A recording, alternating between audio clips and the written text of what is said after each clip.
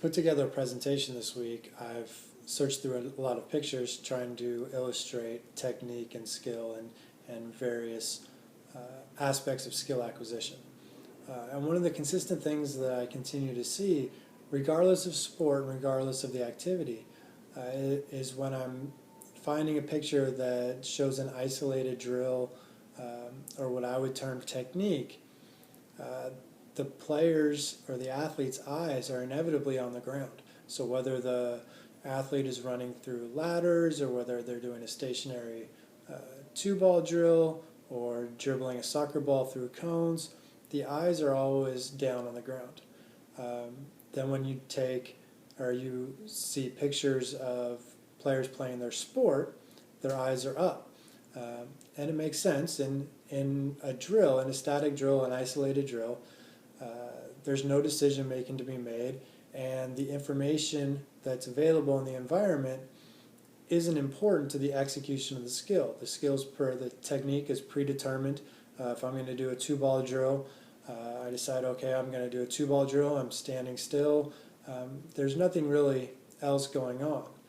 Whereas when I'm in a game, obviously the external sources of information are important because my decision is going to be determined by defense, teammates, time, score, location on the court, and all of these things. So I have to be able to see and take in the information in the environment in order to make the appropriate decision, make the appropriate play, and execute the skill appropriately. And so we believe that doing the drill, focusing on the technique and isolation, will improve our ability to perform the skill in a game. However, we're using different postures and we're focusing on different things that may or may not lead to better execution in a game.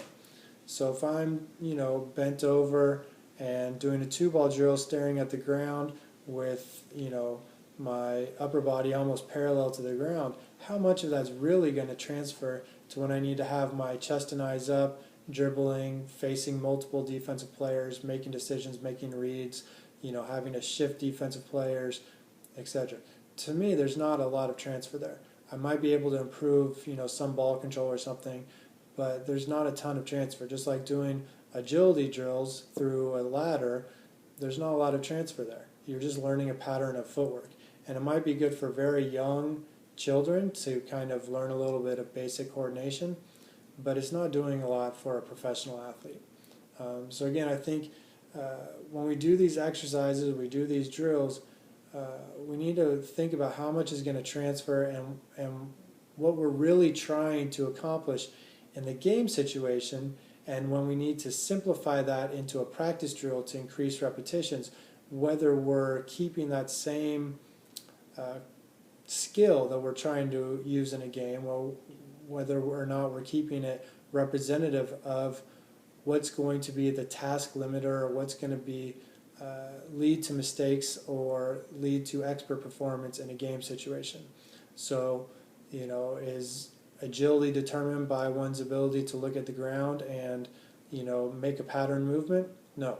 Is basketball success determined by ability to dribble two balls stationary, or is it something else? I would say that the ball control is a small factor of being able to make good decisions in a game, make good plays with the dribble. And so doing activities or practicing in a way that incorporates all the information and incorporates the offense, the defense, the decision making, all these, is where we should spend much more of our time and save the ball control drills for a very limited amount of time at the beginning of practice, maybe as a warm-up for the more complex skills.